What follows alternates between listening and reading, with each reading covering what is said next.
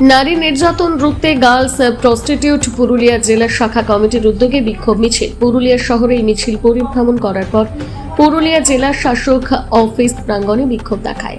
জেলার বিভিন্ন এলাকার মহিলারা এই বিক্ষোভ মিছিলে পা মেলায় বলে জানা যায়।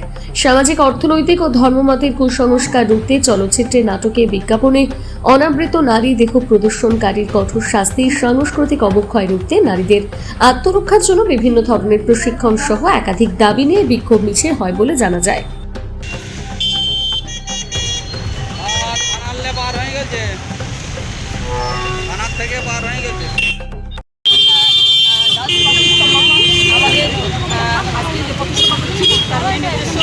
আমরা সরকারের কাছে কিছু দাবি আছে।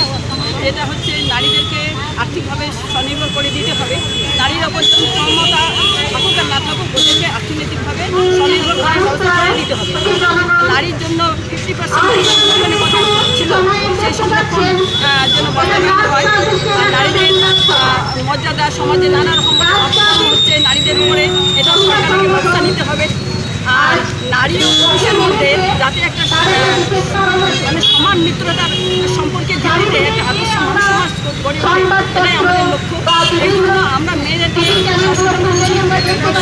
সচেতন, যাতে তারা আদর্শ না হয়, তাদের ছেলে মেয়েদের এমনভাবে শিক্ষা দেয় তারা যেন সমাজে অপরাধী না হয়, চোর না হয়, ডাকাত না হয়, এই আদর্শ তাদেরকে দিচ্ছি।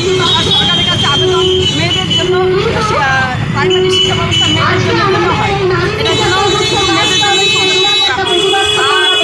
মেয়েদের জন্য শিক্ষা সংস্থানে অবৈতনিক করতে হবে। আর সমাজে মেয়েরা যাতে সুরক্ষিত থাকে, তার নিরাপত্তার ব্যবস্থা করে দিতে হবে।